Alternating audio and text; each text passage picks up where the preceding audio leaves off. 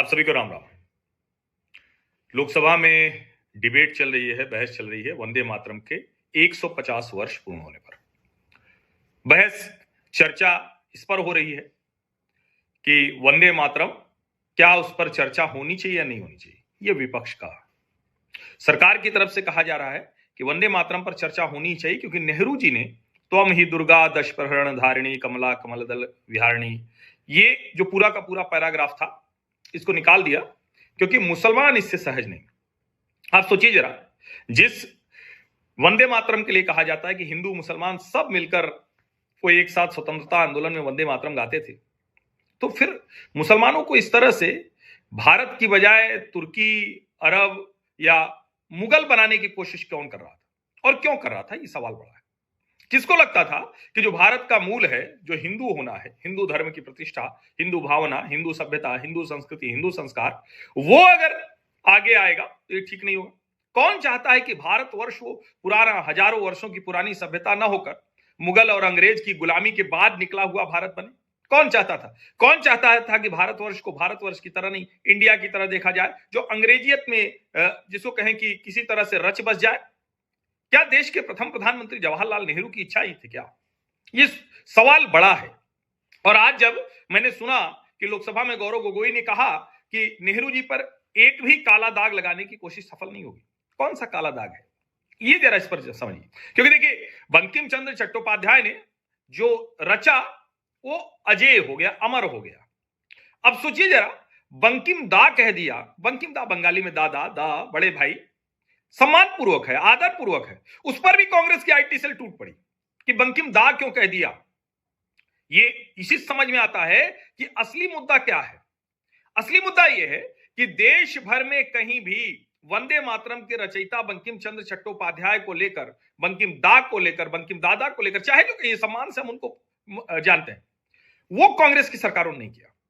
अब वो कहते हैं कि आप तो गाते नहीं थे, संघ तो गाता नहीं था। अब जनसंघ कब बना, फिर भारतीय जनता पार्टी कब बनी, वो सब छोड़ दीजिए। राष्ट्रीय स्वयंसेवक संघ ही 1925 में बना है भाई, 1925। समझिए, उसके पहले ही ये सब होना शुरू हो गया।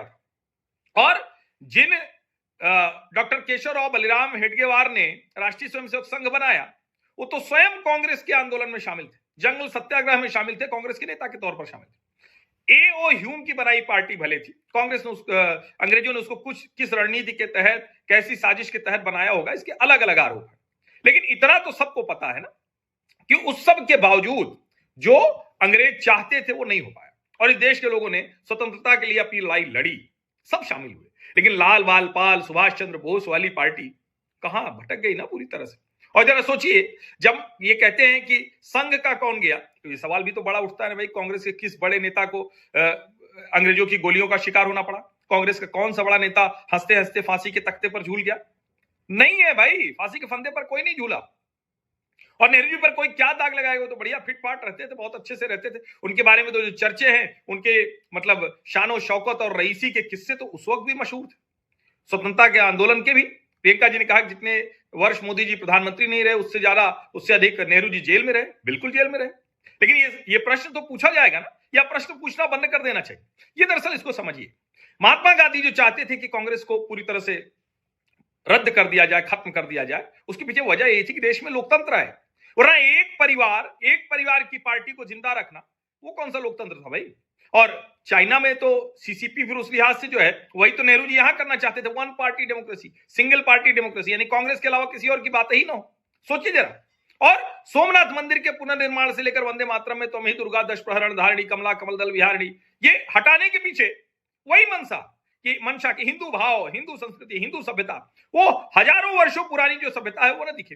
वो दिखे जिसको आज कांग्रेस के नेता राहुल गांधी कहते हैं कि यूनियन ऑफ स्टेट्स है, यूरोपियन स्टाइल में समझ रहे थे, उस तरह से देख रहे थे। ये भारतवर्ष जिसको बार बार हम कहते हैं ना कि उत्तरम यत् समुद्रश्च हिमाद्रेश्च दक्षिणम वर्षम तद भारतम नाम भारतीय संतति, ये वाला भारत न जाए, वो वाला भारत न जाए जिसमें राम है, वो वाला भारत न जाए जिसमें राम कृष्ण शिव और दुर्गा देवी की परंपरा है। अब बंकिम चंद्र चट्टोपाध्याय जी वो बंगाल में थे, दुर्गा होगी ही ना। और हम तो जब देवी की बात करते हैं तो हमारे तो देवी देवताओं से ही भारत जुड़ा हुआ है, देश के हर हिस्सों से, और वो हम मानते हैं कि उनका स्वरूप है अलग अलग जगहों। उसको काटना और देश के मुसलमानों को, जो भारत का मुसलमान है, उसको पाकिस्तान, तुर्की और जाने कहां कहां के मुसलमान बनाने की कोशिश, ये खतरनाक है। भारत का मुसलमान, जब हम कहते हैं कि वो तो सेकुलर के तौर पर इमामे हिंद कहता है राम को एक बड़ा वाला, तो भैया फिर क्या दिक्कत है? जब हम कहते हैं मुस्लिम महिलाएं चूड़ी बिंदी वो सब उसी तरह से करती हैं जैसे भारतीय महिलाएं, हिंदू महिलाएं करती हैं, तो एक तरफ तो आप ये बताएंगे, दूसरी तरफ ये भी कहने की कोशिश करेंगे। और जब वो पैराग्राफ निकाल दिया गया उसके बाद भी ये क्यों राष्ट्रगान नहीं बना? और ऐसे तो जब भारत भाग्य विधाता कहेंगे, तो अब जब कहते हैं कि ईश्वर ही भारत भाग्य विधाता है, तो उस पर भी तो ऐतराज होगा मुसलमानों को कि नहीं होगा? ये भी तो जरा सोचिए ना। और इसीलिए मैं कह रहा हूं, ये भारत भूमि की वंदना का है। जो लोग कहते हैं, अब मैं आपको बताऊं, जब कहते हैं कि संघ कब से गाना शुरू किया, तो 1925 में तो संघ बना ही भाई, पहली बात। दूसरी बात ये कि नमस्ते सदा वत्सले भी पूरी तरह से मातृभूमि की वंदना है, जरा उसको पूरा सुनिए। और राष्ट्रीय स्वयंसेवक संघ के हर कार्यक्रम में पूर्ण वंदे मातरम गाया जाता है, संपूर्ण वंदे मातरम गाया जाता है, आधा अधूरा नहीं, ये भी समझिए, सभी पैराग्राफ के साथ। शिशु मंदिर में मैं पढ़ा हूं, शिशु मंदिर में वंदे मातरम ही गाया जाता है। सरकारी कार्यक्रम में जनगण मन होगा, राष्ट्रगान और राष्ट्रगीत दोनों का बराबर का सम्मान है। और एक सवाल यह भी कि अगर बंकिम चंद्र चट्टोपाध्याय जी को कांग्रेस की सरकारों ने सम्मान नहीं दिया, तो भारतीय जनता पार्टी के पास ये अवसर है, वो क्यों नहीं कर रहे हैं? उनको करना चाहिए। और मेरा तो मानना है कि प्रस्ताव लाएं कि इसको उसमें जोड़े, नंबर एक। और दूसरा, बंकिम चंद्र चट्टोपाध्याय में उनके शायद पोते हैं या पड़पोते हैं उनके, बंकिम दा के, सम्मान के साथ में कह रहा हूं, पूर्ण सम्मान के साथ। उन्होंने कहा भाई बंकिम भवन क्यों नहीं, रविंद्र भवन तो है। अब ये एक पीड़ा की बात उनकी ठीक हो सकती है। और मैं फिर कह रहा हूं, जो भी हिंदू भाव को प्रबल करने वाला दिखता था या कहता था, उसको नेहरू जी ने धीरे धीरे धीरे धीरे काट दिया। मूल यही है, बस यही समझिए, बाकी सब चीजें उसके बाद है। इसीलिए आपको राजनाथ सिंह का बाबरी मस्जिद वाला बयान भी समझ में आएगा, राम मंदिर इतने वर्षों तक क्यों फंसा रहा, यह भी समझ में आएगा। और देश भर में जो चाहे शिक्षा पद्धति हो, चाहे जिस तरह से हिंदू मंदिरों की क्या स्थिति, वो सब आपको आसानी से समझ में आ जाएगा। तो बिना किसी संकोच के वंदे मातरम कहिए और सारे पैराग्राफ वो गाइए, और मूल इस देश का हिंदू भाव है, ये समझना पड़ेगा। आप सभी का बहुत बहुत धन्यवाद। सब्सक्राइब अवश्य कर लीजिए, नोटिफिकेशन वाली घंटी दबा लीजिए, लाइक का बटन दबा लीजिए, अधिक से अधिक लोगों तक इस वीडियो को पहुंचा दीजिए। धन्यवाद।